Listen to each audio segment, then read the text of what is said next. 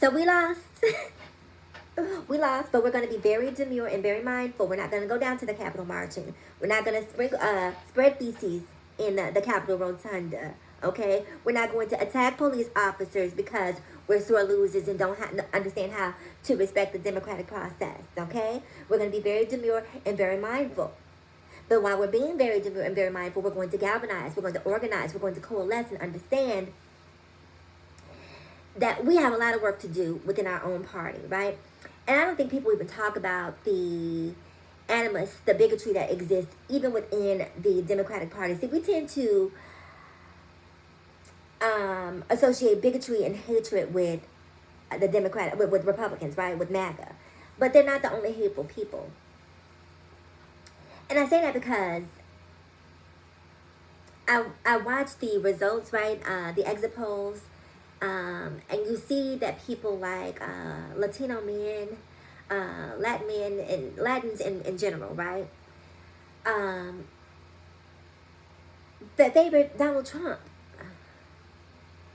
And I can't understand the cognitive dissonance, honestly, you guys. Like, I don't understand a person's rationale who watches Donald Trump, right? And it's very clear that Donald Trump is pro-white. I'm just going to call it what it is. Donald Trump is pro-white.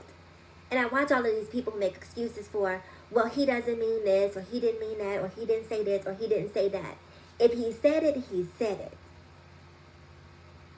Okay? I don't need to have to pull out some sort of decryptor and crack the code every time the president is speaking. And apparently, that's what we're supposed to do, right? Because he never means anything that he says. So he gives these 5-hour speeches at these rallies, but he didn't mean anything that he said. So once you hear everything that he says, it's your job to go in, filter through, and decipher, and then understand exactly what he was saying. You got to crack the Da Vinci Code, and apparently, those of us who are logical have not. When I watch this whole MAGA movement, I remember growing up and hearing a lot about cults, and I know we've compared the MAGA movement to cults before, but hear me out, okay? I remember growing up and just hearing a lot about cults and people being brainwashed and that sort of thing, and being like, that doesn't really happen. Like, if it does happen, it's going to be a very isolated case. Like, people are smarter than that. Like, these people don't believe. Like, my brain, my logical brain, my brain that is very inquisitive and needs things to make sense, could not fathom how someone would be induced into joining a cult. But I've been watching it every day for the past decade in real time, how people are being pulled into this cult and treating Donald Trump very much the same way that they treat Jesus, right? Full disclosure, non-religious over here, right? Don't have a problem with Jesus, but the Bible is not my jam. If that is your jam, then I respect that. But please understand the fact that it's not mine, because it does not make sense for me, again, with me being a logical person. So, as I was saying, you see a lot of the people who support Donald Trump, they rationalize the most ignorant things, right? He said that the Haitian people are out here eating dogs and cats. Everybody, even the one who first reported it, debunked that. Not happening. That's not true. We found the cat. I'm sorry I started it, but it was too late. And people who support Donald Trump, they will argue up and down. They are eating the dogs. They are eating the cats, right? And there's no talking to him, no breaking through, because now that he said it, it is no longer a speculation or a supposition. It is a fact. Time and time again, we've seen him use hyperbole to reel people into his nonsense. And I'm just scratching my head the entire time saying, and I don't have dandruff, I'm just scratching my head trying to figure out, like, what are y'all doing? You want to ban critical race theory? I can't tell you how many times I've seen videos online of people at a Trump rally, interviewers, just random internet personalities, and they'll go up to a Trump supporter or a MAGA supporter and they'll say, what are your thoughts on critical race theory? Do you think it should be banned? And they'll say, absolutely yes. And then they'll say, well, what do you know about critical race theory? All they know is that Donald Trump said that they should be against it. People cannot be that simple. They can't be that simple. I'm going to tell you something else I didn't like during this election cycle. This divide between black men and black women that they tried to create. This divide between black men and black women that they tried to create, because when the exit polls came out, even though I would have preferred to see the numbers for black men be higher than they were, black men still turned out in force to support Kamala.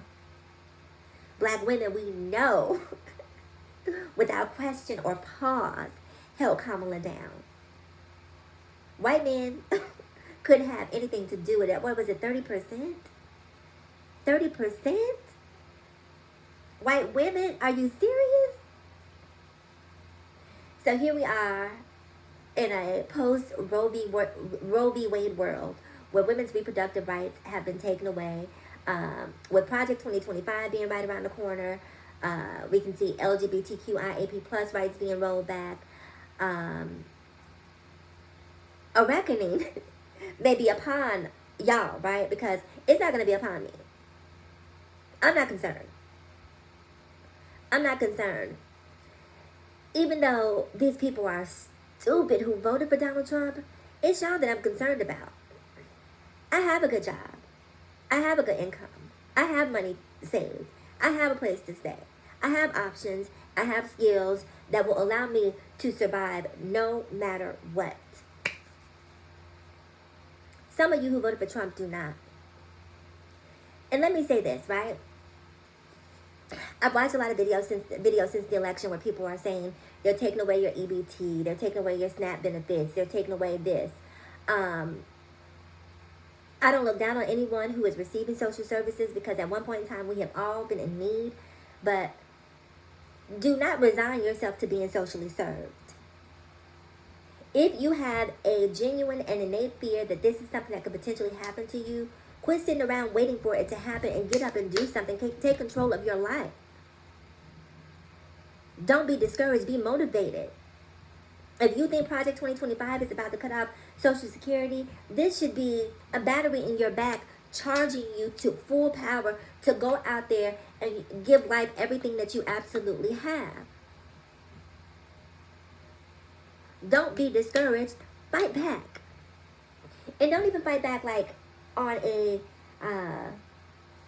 community scale or in the sense of helping to push the Democratic Party forward. Fight back for you as an individual. Put yourself in a position where you can win, because no matter what happens, it's not going to be as scary as they make it. It's going to be as scary as you allow them to make it for you. Okay? That's not to say that there won't be struggles and there won't be challenges, but I'm telling you, if you put yourself in the right position, you will have the ability to navigate those challenges with greater ease than you will if you sit around crying, talking about what they're not going to give you and they're not going to do for you. Stop depending on them to do for you and start doing for yourself. Stop depending on them to protect you and go down to the local gun shop and get you a pew-pew. Don't walk through life being a punk. Don't walk through this life being afraid. Fight back. And let me say this in closing. I sort of hinted at this earlier when I was talking about the discrimination that exists in the Democratic Party that we need to address. But I watch these videos on YouTube, right? And I see a Miss Netta video. Pick a Miss Netta video, any Miss Netta video that you found. And maybe Miss Netta isn't the best example because Miss Netta has said some problematic things.